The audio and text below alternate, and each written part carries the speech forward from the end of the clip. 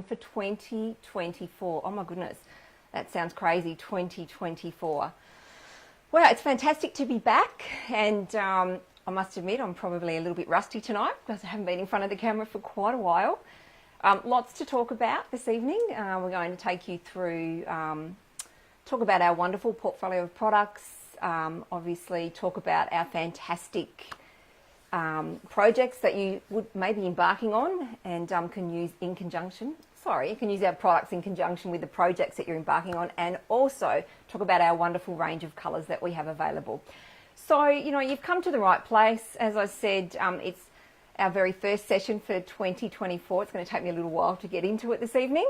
So I'm going to tell you how the session rolls. Okay, so for the first half an hour, we'll be streaming live, and I'll be in front of the camera. I'm here to answer all of your questions. And while we're streaming, unfortunately, you're unable to pop any photos into the feed. So if you do have any photos that you'd like to share with us, that you'd like to get some insights on products, colour, etc., hold off until we finish streaming. However, while we are streaming, it's a great opportunity for you to pop any questions that you do have into our feed, because that's what we're here for. We're certainly here to offer some advice and some guidance, and we welcome any questions that you do have. So I'm going to begin. So as I said, I really am rusty this evening. So the first half an hour in front of the screen, second half an hour I won't be streaming, but I'll still be here sitting behind the computer, off the camera.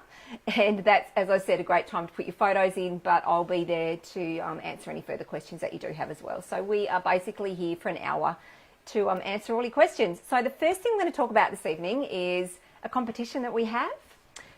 Tonight you would have seen on our post that we've had to advertise that we're back for this year. We're giving away 2 double passes for the Titanic, the artefact exhibition at the Melbourne Museum. So we're going to announce the winners in the session this evening, and I'm very, very excited to bring that to you. So I'm going to start, because we've had such a long break, and I've had a fantastic break, if you like. I've been to Bali, we've moved house, we've done lots of exciting things. I'm going to start with a lot of the frequently asked questions that we've had popping into our feed while we've been on break. And look, it's a really fantastic opportunity to capture, what everyone wants to hear about. So the way we do it is we go through all of our social media feeds and we collate the most frequent questions, etc., so that we know that we are giving you some answers to some of the questions that everybody wants to know. So I do have some questions here, and I do have some people saying good evening. Hello, Ali, and hello, Simone. Lovely to have you with us this evening. Do pop some questions into the feed if you do have them, and I'll be very happy to answer them for you. So I have the first question that came through, and this was popped into our feed, and this came from Linda. So thank you very much, Linda, for joining our session. And your question is, have used surf mist on the roof, monument on gutters, what colour for the rendered wall? So that's a really, really good question. And so let me just have a look here. And I will have a look at our surf mist and monument. Look, you can go a lot of ways, and it depends on, look, when you're colouring up your home, it's really, really important, well, I think it is, to have a look at the surrounds. So, whether you're a coastal setting, whether you're a bush setting, because that can help to determine what sort of colours that you use, because I think it's really lovely when you're driving around and you're having a look at homes and they sit really well within their surrounds or within the environment.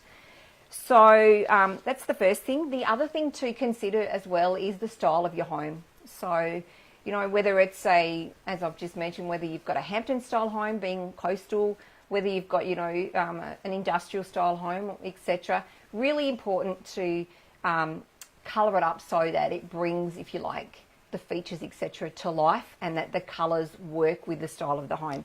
So monument and surf mist, you can probably see there's a couple of colours. So Linda, if you are with us this evening, if you want to come back to me and let me know sort of the look that you're wanting to create, but I'll give you a beautiful neutral sort of colour. So when I work with colours, or when I work with greys, and the way trends are going at the moment. And I know you don't have to stick with trends. Trends are there to guide you and to give you a starting point, if you like. And obviously colour is extremely personal and everybody gravitates to particular colours for particular reasons. But when I work with, I'm going to say greys, because I'm thinking of looking at monument and looking at surf mist, let's go for some type of grey. But when I'm looking at greys, I like to categorise them into 4 categories.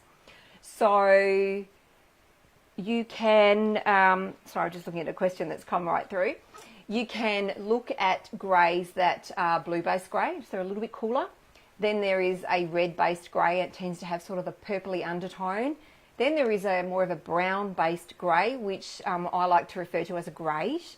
And then there is a green-based grey, which is a very neutral style grey. And if anybody out there is about to embark on a colour journey and you're about to begin, you know, because it is quite daunting, you'll go into your local Bunnings or your local Taubmans Trade Centre or Bristol, etc., and you'll stand there and you look at the colours on the colour wall, and sometimes it's like, oh, I don't know where to start. You know, it can be quite overwhelming. So any greys that tend to have more of that green-based undertone are what I like to refer as a neutral, and you can guarantee that they'll work really, really well. So I'm going to give you something that's going to sit beautifully, and you're going to see how well loved and used my Taubmans fan deck is. So, and let's hope that we're not too lit up here that you can actually see that. You can. So that colour there, so you've got your monument and, oops, surf mist, sorry, a bit cack-handed when I'm looking at a camera. And then you have this colour here, which is called Foxdale. So that's Taubmans Foxdale. That is T15 32.4. I would recommend, Linda, that you grab yourself a sample pot of that. And this is what I would do. Get yourself a large piece of cardboard, and within that large piece of cardboard, you're wanting to have something like 1 metre by 1 metre square. Brush out and grab your sample pot, brush out 3 coats of that colour, and then try the piece of card that's, once your paint has dried, try all the piece of cardboard outside and move it around different areas of your home. So you want to pay particular attention to areas that are, you know, sun drenched. I think it's really important to understand how the colour's going to work, you know, in full sun, because some colours can have a tendency to, I like to use the term bleach out, or they you know, they dilute. They look a lot lighter than what they are. And then also testing the colour in areas that lack light, so you can see how it's going to work for you as well. Okay, I hope that helps, Linda. Please feel free to pop any other questions relating to that into the feed, and I'd certainly be happy to offer you some more assistance. Okay, so I've got some questions coming in here as well. First one's from Ali. Thank you, Ali, for joining us this evening. So you've just obtained a sample pot of birch forest today for some VJ panelling. Oh my goodness, birch forest is one of my really favoured greens. I think it's the most beautiful green. And I'm wondering, if I want to go a little lighter, do I go half or quarter strength or a different colour together? So birch forest, I can tell you where it sits. You've sort of got birch forest. I think colours running up from that are something like Highland Meadow. So again, sitting within the realms of being that sort of sagey style green. Yep, here we go. So this is what I would do. So you've got your birch forest there.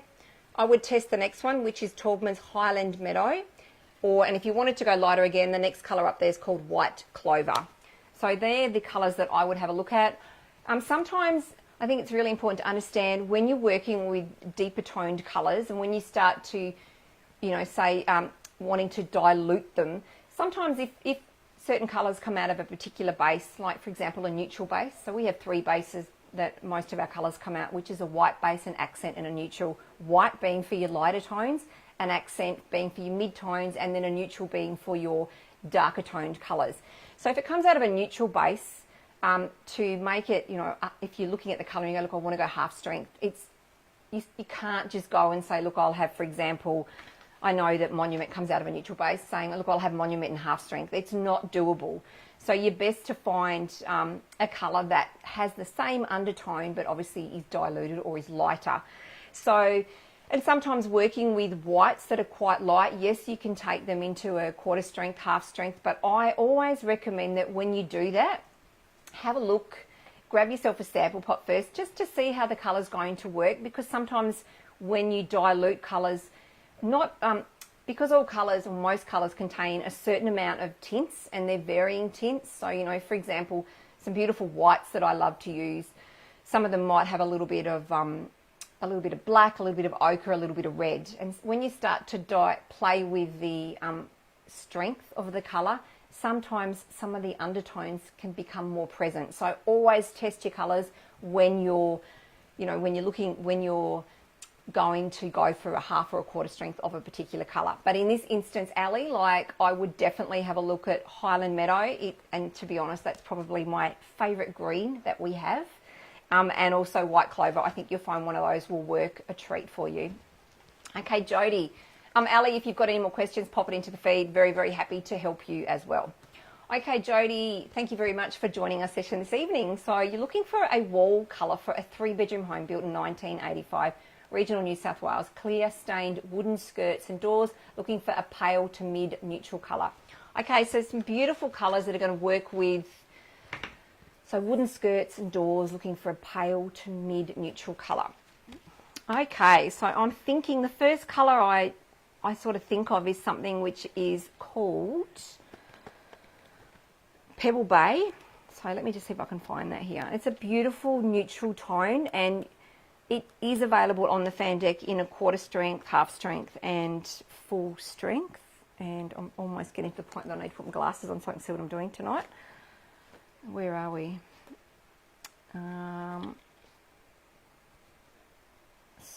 Okay. Here we go. So number 13. Beautiful. Let's have a look here. Okay, so, and bear in mind, if I'm going to hold it up to the screen, again, it depends on the pixelations in your screen as to how the colour is going to look. So I always recommend sample potting the colour. That way you're going to actually see true colour. So this is the colour that I'm thinking of. So here's Pebble Bay. It's a beautiful, soft, neutral. And then as we go up there, you've got it in a half strength and also a quarter strength. I think that would be a really good place to start. And given, you know, the age of your home, having you clear stained wooden skirts, door, etc., I think it's going to work really, really well. And if you chose to, I'm just thinking if you wanted more colour as well, another colour to have a look at as well would be, where are we? There's a colour here called, I've just got to find it. I don't know. Oh, here we go. Quill. Quill's another really nice tone as well. It's probably just slightly more intense, but it's a beautiful, soft neutral, again, that's going to work really, really well with everything else that you have happening. So that's the second colour down there. So have a look at Pebble Bay and also have a look at Quill. And if you'd like some more suggestions, pop something else into the feed. Very happy to help you. Okay, so Karen, thank you very much for joining us. So you're saying, hi, I would love some help picking a render paint. I'm wanting to create a warm neutral in a semi-rural region with just, oh, sorry, everything's jumping here with trying to read, and there's more questions coming in, so my screen's moving. Okay, with a jasper roof, gutters and windows, surf mist fascia, and a stone blade wall. Render choices, Pebble Bay, Pinwheel, and beige ash or surf mist. We've just talked about Pebble Bay, and I did just look at Pinwheel a moment ago. Let me just have a look and see how well, beautiful colours that you're picking, how well they are going to sit with your jasper as well. Okay, where are we? Okay, here's jasper. Took me a moment. Okay, so there's jasper. And let's have a quick look and see what we can find. So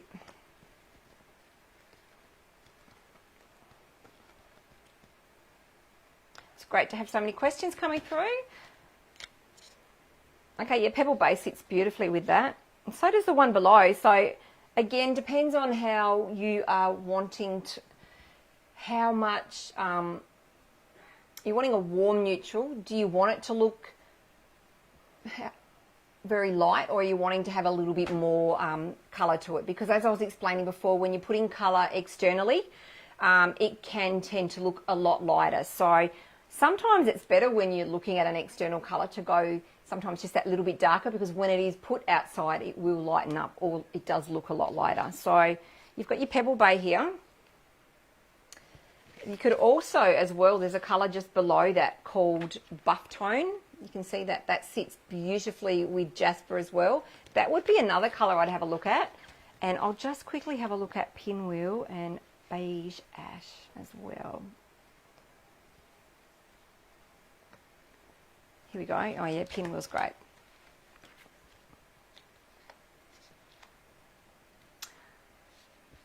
Okay.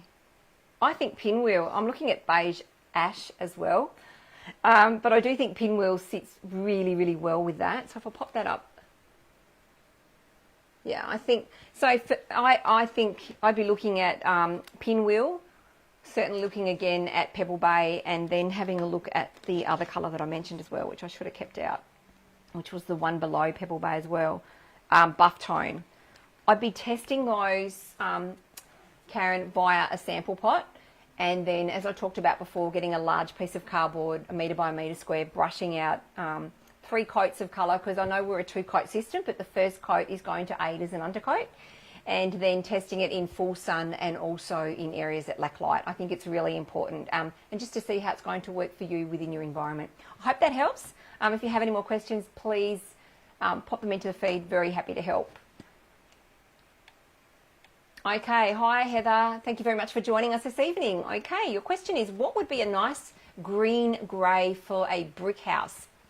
Okay, so if we are, I'm presuming external, you might want to just clarify that for me, but if it's external, a beautiful green grey with a brick house, you could go, and I did bring one up before, which was Foxdale. That does work really, really well. You could also, let me just see here.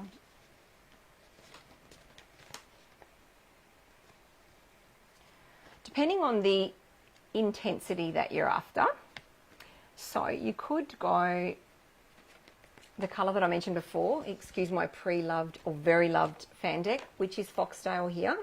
That's the most beautiful, beautiful tone. You could also go, there's another wonderful colour here called Sturgeon. You can see that, it's a second from the top there. Or if you're wanting to have a little bit more intensity, if you like, you could also look to have a look at Observation, which is the colour below. Now, they may not look as green grey on your screen, but they certainly are when I'm looking at them here. It just depends on, as I mentioned before, pixelations, etc. within your own screens at home. Okay, okay, thank you, Christine, for saying it was exterior. Fantastic. So yeah, have a look at those. Another colour too, I'm just thinking, there is a beautiful, it is a green grey. I would describe it as a green grey. However, it's also potentially just a little bit more of a green. So it's a colour called Snow Olive, which is that tone there. And that's beautiful as well. And I'm imagining, you know, like the rule of thumb when you're looking at colour, if you have, one of the easiest ways is to have a look at a colour wheel. And so, for example, if you've got red and then opposite red is green, and generally that's what they call a complementary colour scheme. The colours that sit opposite each other on the colour wheel are designed to work together. So when you're looking at bricks that have, you know, perhaps and I'm just guessing here, Christine, maybe they're not red bricks, but I'm just visualising, if you like. If you're looking at bricks that have perhaps a red, sort of red terracotta, red undertone, you know that a green tone, I'm not necessarily saying, you know, bright green, but I'm saying something that has that green undertone is going to sit really, really well with it. So that's also a really good place to start having a look at a colour wheel, seeing what sits opposite to help guide, if you like.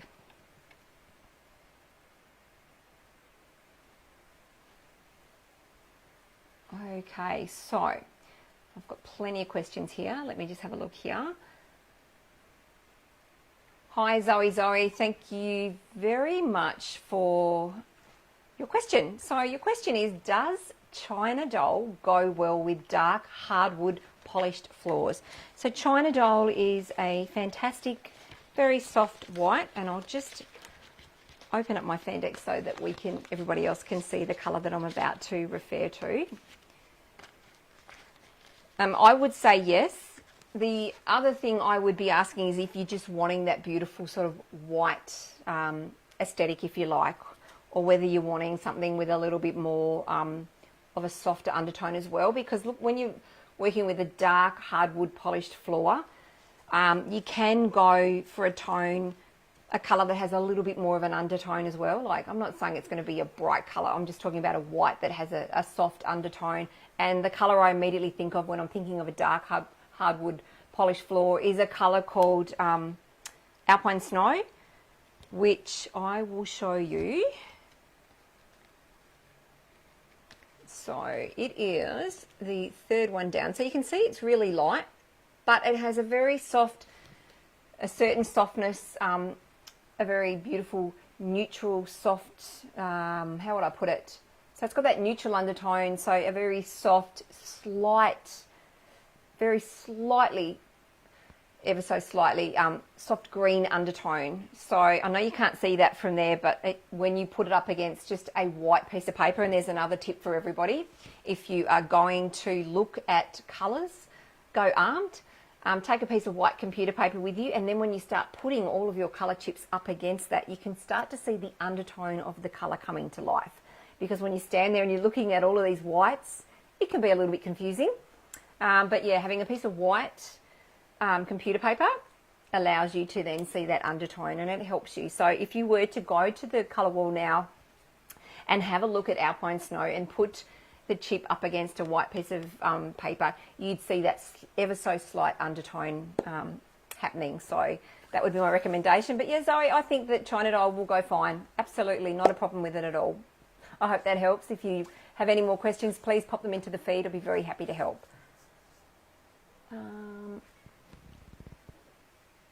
Okay, hi Christy. Thank you very much for joining us this evening. So your question is, hi Fiona, I'm desperately seeking advice for our farm acreage home, which has an ironstone roof, white windows and bluestone cladding features.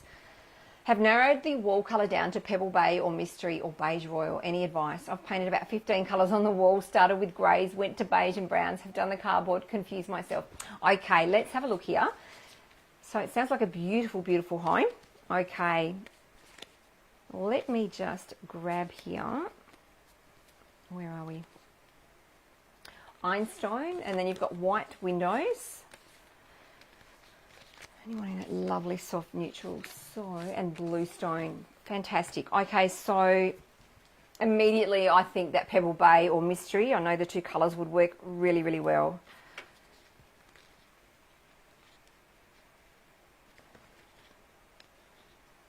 I'm just also seeing, yeah, Pebble Bay looks lovely.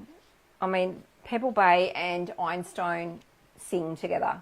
And for the style of home that you are creating, I think fantastic colour choice. You could also,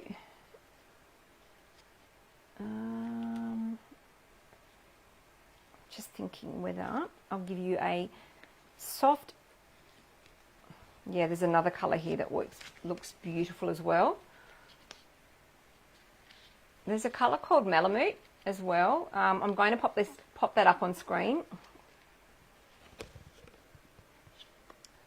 There, I think that works beautifully as well with the colours that you've selected. Have a look at that. Otherwise, most definitely Pebble Bay or Mystery work really, really well. So I would say you're onto a good thing there. Certainly just try, because it's really hard when you've got all of the colours painted on the wall. I understand your, I guess, frustration.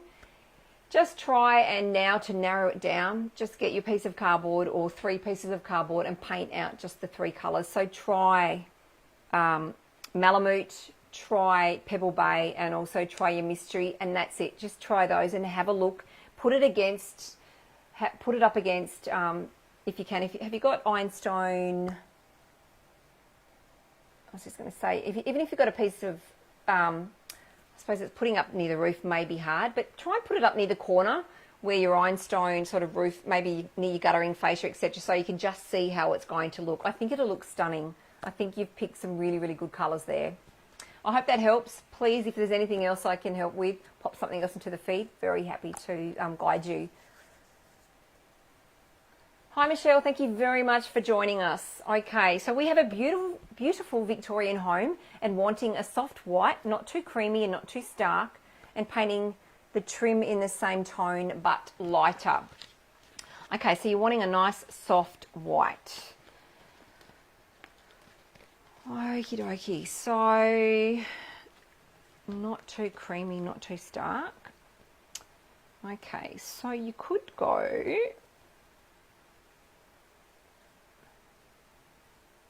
well, you could go, there's a beautiful white, Aspen Snow, so it's not too creamy, and you could then pair that back with, and I'm going to say it, my favourite white of all time. Nothing's changed since last season, everybody. Anyone that's watching that used to watch previously would know. It's a beautiful colour called Crisp White. So I think, where are we? So you can see it there, and it may look slightly creamy when I'm looking at the screen there, but it's definitely not. And then you've got Crisp White here, and I think those two together would look stunning. So you're having a look at Aspen Snow and also Taubmans Crisp White. I hope that helps. If you'd like any further colour suggestions, pop something into the feed. I'll be happy to help you further. Thank you. Okay, what else do we have here?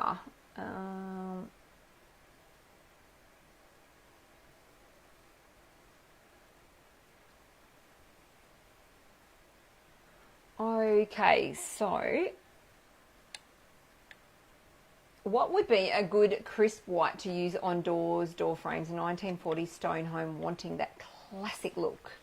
Well, you certainly could use Crisp White, which is our #1 white. It is beautiful, and what I love about it is, and I'll show you there, and I did have it up on the screen a moment ago, what makes it so soft and so appealing and so very much so adaptable. You can use it pretty well in any space, is that when you look at the actual tint that goes into it, so it starts off as a really, starts off as brilliant white. So if I'm talking about Endure, it begins as brilliant white. So a really beautiful, clean white.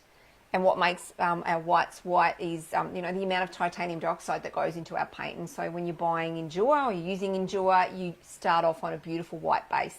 And so then we are putting into our tint, it has a colour that's called raw umber. So it's this sounds horrible, but it's a kind of a murky brown, but what it does is it's only a very minimal amount of tint, but it gives the white the most beautiful soft glow. So that's a white that I'm very happy to say that I would always default to. So anybody out there that is embarking on painting the interior of their home and they're like, oh, there's so many whites, I don't know where to begin, start with Crisp White. Very easy, adaptable white. It can be used, you know, if you're wanting to do every surface. So, you know, you can have your ceiling white tinted into Crisp White, and then your walls, so something like Taubmans Endure, and then you can have your doors and trim paint, which will be a water-based enamel tinted into Crisp White. So you can create that beautiful white on white aesthetic and do it with confidence. So Crisp White is the colour I would recommend. I thoroughly love that colour. Also too, another good white, you could also look at, there's another wonderful white called Princess Bling, Simone, and I think that that could work really, really well for what you're wanting to achieve as well. So, you know, I'm happy to hold it up to the screen. Again, you probably look at it and go, it looks just white, but do acquire a sample pot. Best way to see how the colour looks. So it's the top white there. And then it's again a beautiful white. So have a look at Crisp White and followed by Princess Bling. I hope that helps. I'm very happy to give you some further advice as well.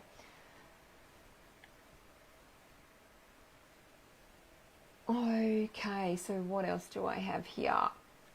I think, Heather, okay, thank you very much for coming back. So you're saying that the external roof is not visible. Okay, so what would be a nice green grey for a brick house? Okay, I think yep, that's fine.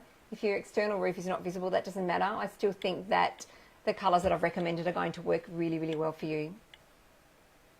Oh, Christy, fantastic. So you have an ironstone sample. Beautiful. So still brush out the large squares or large pieces of cardboard with those colours and put your ironstone next to it just to see how it's going to work for you. But I really do think that you have selected some fantastic colours. Have confidence and know that they are going to look amazing. Okay, oops, I think I'm just about to go over time. Fantastic. Wow, that's gone really, really quick tonight, everybody. Thank you so much for all of your questions. So I guess we need a bit of a drum roll because I know that I have to announce the winners for the Titanic exhibition. So let me... Okay, so thank you to everyone who entered the Titanic Artefact exhibition at the Melbourne Museum. Our winners are Leonie Finger and Paul Jeffrey. Congratulations to the both of you. We hope that you enjoy the exhibit. I'm really excited for that and I'm hoping to get down there and have a look at it myself.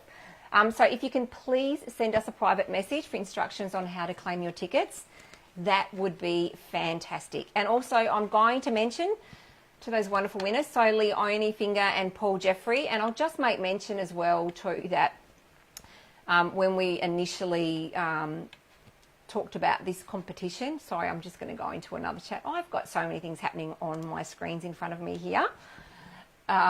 Just to let you know that it's 2 double passes that you've won, and I'm going to make mention that, you know, flights and accommodation are not included, just so that everybody understands that.